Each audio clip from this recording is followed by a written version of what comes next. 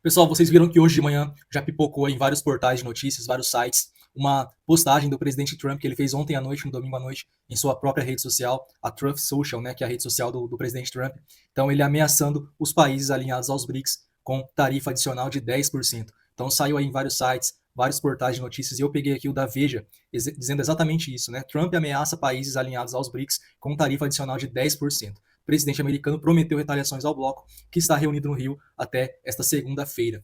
Mas o mais interessante, pessoal, saiu aqui no UOL, tá? Então ele dizendo aqui no UOL, né? Trump ameaça países que adotem políticas anti-americanas do BRICS. Então, o que seriam essas políticas anti-americanas, né? Isso aí que me chamou a atenção, porque eu acredito que o UOL acertou aqui o que seriam essas políticas anti-americanas, tá? Então aqui tem exatamente a fala do presidente Trump, na verdade a postagem que ele escreveu lá na sua rede social, abre aspas, então, qualquer país que se alinhe com as políticas anti-americanas do BRICS terá de pagar uma tarifa adicional de 10%. Não haverá exceções a essa política. Obrigado por sua atenção a esse assunto. Então, bem ao estilo do presidente Trump aí, não dando muitas informações, né, sobre quais nações seriam essas atingidas com a nova taxa, e ele também não explicou o que ele quis dizer com essas políticas anti-americanas. Mas aqui, né, no texto da declaração conjunta dos países do BRICS, que vai ser anunciada oficialmente hoje, a gente mais ou menos imagina o que irrita, né, o presidente Trump e o que seriam essas políticas anti-americanas. Então o UOL colocou aqui, ó, né, o texto da declaração conjunta dos países do BRICS, que deve ser anunciado oficialmente hoje, defende o direito dos países de regular as big techs, ou seja, regular as redes sociais, condena políticas comerciais protecionistas, critica os bombardeios contra o Irã e o ataque israelense à faixa de Gaza. Então, todos esses pontos, pessoal, eles desagradam muito o presidente americano. Inclusive, o UOL colocou aqui, inclusive, essa frase, né? Todos os pontos desagradam o presidente americano. E, na minha opinião, o que mais desagrada o presidente Trump seria essa regulação das big techs, né? A regulação